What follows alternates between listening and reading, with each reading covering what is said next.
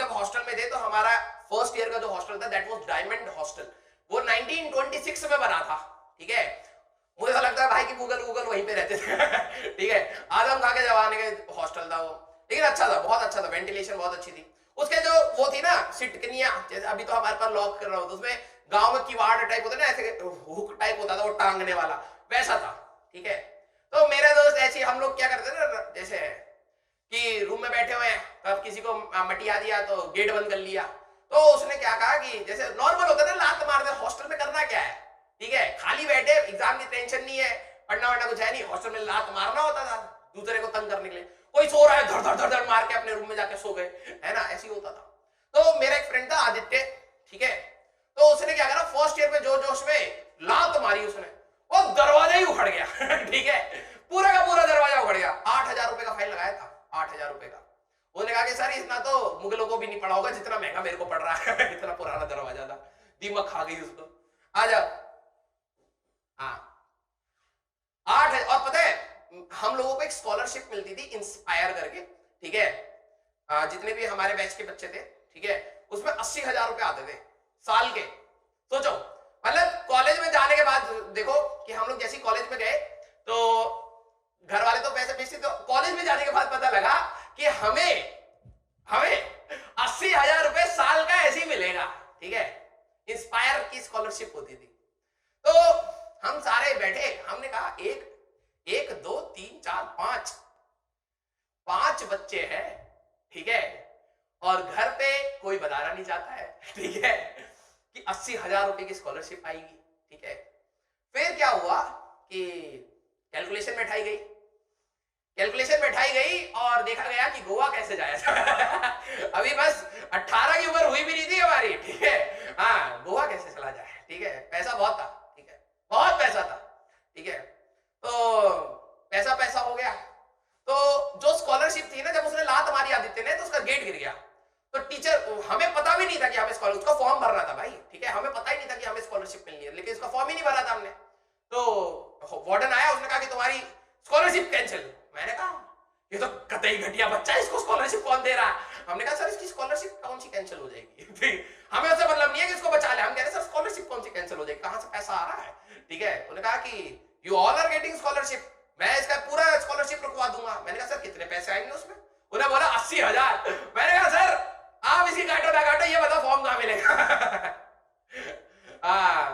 ठीक है, स्कॉलरशिप की कहानी। और तुम बिलीव नहीं करोगे, घर पे भनक तक नहीं लगी थी, कहां आया कहां चला गया ब्लैक मनी करप्शन।